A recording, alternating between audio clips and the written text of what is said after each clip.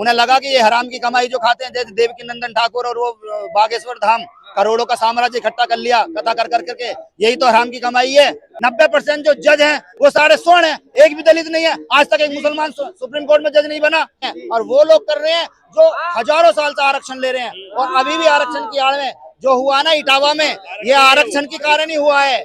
जो एक पंडितानी मूत छिड़कती है एक यादव के ऊपर, ये आरक्षण ही है। और आरक्षण का विरोध कर रहे हैं ये लोग। ये तो नहीं कहते हिंदुओं में जाके कि गरीब हिंदू हैं उनको बराबर लाओ, हमारे साथ बिठाओ, हमारे साथ खाना खिलाओ, हम बेटी रोटी का संबंध करते हैं, लेकिन नहीं, आरक्षण का विरोध करेंगे। और बाद में जब वोट का टाइम आएगा, आओ तुम हमारे भाई हो, जब मारकाट का वक्त आएगा तुम हमारे भाई हो, लेकिन उनकी आरक्षण से थोड़ी सी उपलब्धि मिली है उन्हें, उस पर ये छुरी चलाएंगे। ये कहाँ के हिंदू हैं? ये अपने छोटे भाई को मार रहे हैं। ये भाई इनका छोटा भाई है दलित, जिसको आरक्षण मिला हुआ है, लेकिन ये स्वर्ण जो है ये आरक्षण की बात करेंगे कि आरक्षण से ये हो रहा है, आरक्षण से वो हो रहा है।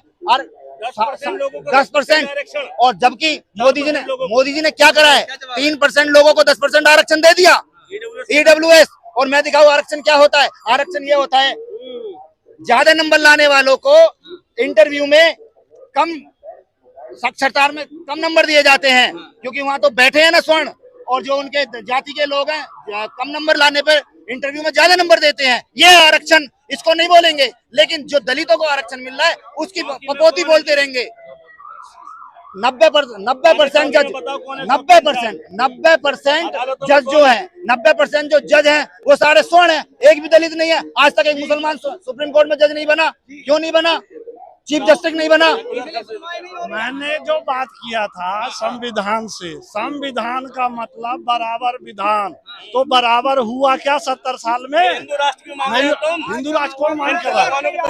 देखिए मेरी जवाब सुन लीजिए, बराबर विधान नहीं हुआ, फिर क्यों बनाया गया 1956 में वक्फ बोर्ड, फिर वार्षिक पैक्ट, फिर अल्पसंख्यक आयोग के नाम पर क्यों खर्चा किया? हमने आरक्षण से वक्फ बोर्ड चिल्ला रहे हैं। मैं जानना चाहता हूँ वक्फ बोर्ड में जो जमीन डोनेट की गई है, ठीक है, क्या वो मंदिरों की जमीन ली गई है? किसकी जमीन है वक्फ बोर्ड में? मुसलमानों की स्वेच्छा से डोनेट की गई जमीन है। और वक्फ एक्ट, बाबरी मस्जिद के कांड के बाद इस देश में यही हो रहा था जो अब हो रहा है कि हर मस्जिद के नीचे मंदिर ढूंढा जा रहा था। इन मामलों पे विराम लगाने के लिए वक्फ एक्ट आया, इन मामलों पे विराम लगाने के लिए कि देश हिंदू मुस्लिम के जहर में ना घुले, देश में हिंदू मुस्लिम का विवाद ना बढ़े, इसलिए भैया वक्फ एक्ट आया। और तुम ये तो सॉल्यूशन था कि ये विवाद ना चले, ये विवाद ना चले। देखिए, ये मैं बोला ना, संविधान में बराबर विधान। यदि नफरत का जहर बोया गया है कश्मीर में, तो यादव के नाम पे कथा पढ़ दिया, मार दिया गया, वो मारा है, वो गलत है, उसमें गलत है।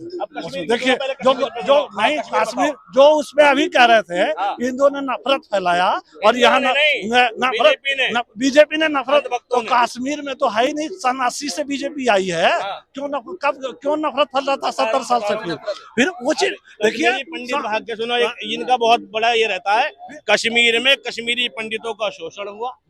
ठीक, पहली बात तो जब इन्हें कश्मीरी पंडित याद रहते हैं तो गोधरा के मुसलमान भी याद रहने चाहिए, गुजरात गोधरा।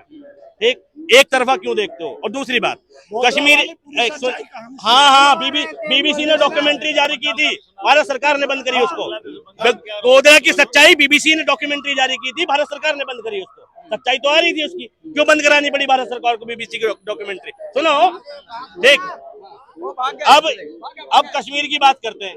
10 साल से मोदी जी की सरकार है, 15 साल हो जाएंगे, आज तक भी कश्मीरी पंडितों को घर दिया क्या?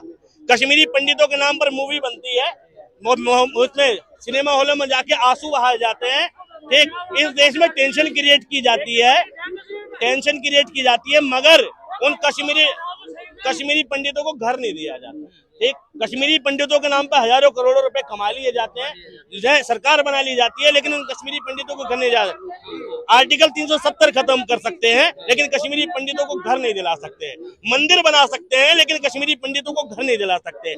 मस्जिद के नीचे मंदिर ढूंढ के निकाल सकते हैं, लेकिन कश्मीरी पंडितों को घर नहीं दिला सकते। जगह जगह कश्मीरी पंडितों के शोषण का रोना रो सकते हैं, लेकिन उन शोषित लोगों को उनका हक नहीं दिला सकते। भाई, कश्मीरी पंडितों का अगर इतना दर्द है, 10 साल से सरकार है, क्यों नहीं विस्थापित किया वापस? वहां क्यों नहीं भेजा जा रहा? क्यों नहीं वहां पर एस्टेब्लिश किया जा रहा उन लोगों को? क्या ठीक है? जिस तरीके से चुनाव आयोग ने बिहार में कहा है कि अब सबको अपनी नागरिकता साबित करने के लिए 1978 का दिखाना पड़ेगा अपने माता पिता का जन्म प्रमाण पत्र। देखो, ये सरकार जो है जब काम नहीं करते तो हर दूसरे मुद्दे में उलझाना पड़ेगा। और ये भी एक- जरूरी नहीं है ऑनलाइन। मैं मोदी जी कह रहे हैं, कर रहे हैं जिसपे किसी को निगाह नहीं है। अभी मोदी जी कह रहे थे 2047 का भारत विकसित भारत होगा, हम देख रहे होंगे। आज मेरी उम्र 30 साल है, ठीक, 2025 में 47 में मैं लगभग कितने साल का होऊंगा? 50 साल का होऊंगा। 50 साल के बाद विकसित होगा, मुझे उसका फायदा क्या मिलेगा? पहली बात तो ये 50 साल बाद मेरे घर के बाहर का स्कूल अच्छा हो जाएगा, मेरा बच्चा उस वक्त 25 साल का हो चुका होगा, ठीक, तो मैं उस बच्चे को किस स्कूल में पढ़ाऊंगा जब डेवलप हो चुका होगा। तो आज की बात करो, अगर तुम 2047 में विकसित करोगे तो आज का रोड मैप क्या है? तुम आज ऐसा क्या करोगे कि 2047 में भारत विकसित नजर आएगा? तुम आज तो हिंदू मुस्लिम कर रहे हो, तुम आज तो मंदिर मस्जिद कर रहे हो, तुम आज तो सेकुलर और समाजवाद को खत्म करने की बात कर रहे हो। विजन कुछ नहीं है, लेकिन सारे देश को उलझा रखा है। अगर तुम्हारे पास विजन है, विजन था राजीव गांधी के पास कंप्यूटर की क्रांति लाने का, विजन था लाल बहादुर शास्त्री के पास कि धोती फटी थी लेकिन इस देश में हरित क्रांति लाके दिखाते हैं, विजन था भैया इस देश में पंडित जवाहरलाल नेहरू के पास कि इस देश में एम्स जैसी सौगात देते हैं। नरेंद्र मोदी जी के पास कोई विजन नहीं है, सबसे दोस्ती बनाए रखो और सीज फायर लगाए रखो, है ना? क्या? हाँ, विदेशों में ऐसा डंका बज रहा है कि आवाज थू थू की आ रही है। राहुल गांधी का बयान आलू से सोना, ठीक है, आलू से सोने वाला कर लिया एडिट, ठीक है, लेकिन इस देश को बेवकूफ बनाने का काम कौन कर रहा है? इस देश को बेवकूफ बनाने का काम कौन कर रहा है? इस देश का यूथ जो आज 18 साल 20 साल 25 साल का है, जब ये 50 साल का होगा ना, तब इन्हें अपनी गलती का एहसास होगा कि हमने काश एक व्यक्ति बदला होता। इस देश का तरीके से इटावा में यादव कथावाचक के साथ पिटाई हुई है, कैसे देख रहे हैं उसको? भाई साहब निंदनीय है, चिंतनीय है और इस देश के शोषण की कहानी है। ये पिटाई नहीं हुई है, हाँ। ये हराम की कमाई जो खा रहे थे ना, वो दूसरा समाज खाने लगा तो उनके पेट में दर्द हो गया। उन्हें लगा कि ये हराम की कमाई जो खाते हैं, जैसे देवकी नंदन ठाकुर और वो बागेश्वर धाम करोड़ों का साम्राज्य इकट्ठा कर लिया कथा कर करके, यही तो हराम की कमाई है, मुफ्त की कमाई खाते हैं। ये कथा मतलब इनका ब्राह्मणों को हक है ये, हाँ वही तो आरक्षण है, वही तो आरक्षण है। ये दलितों के आरक्षण के लिए कहते हैं, यही तो आरक्षण है उनका। वो सोच रहे हैं कि ये जो बिल्कुल हमारा पेटेंट है, हमारा पेटेंट है, कथा हम करेंगे, इससे जो हमारा हराम की कमाई आएगी इसका उपभोग हम करेंगे। क्यों करोगे भाई? जब हिंदू हिंदू भाई भाई करो जात पात की विदाई।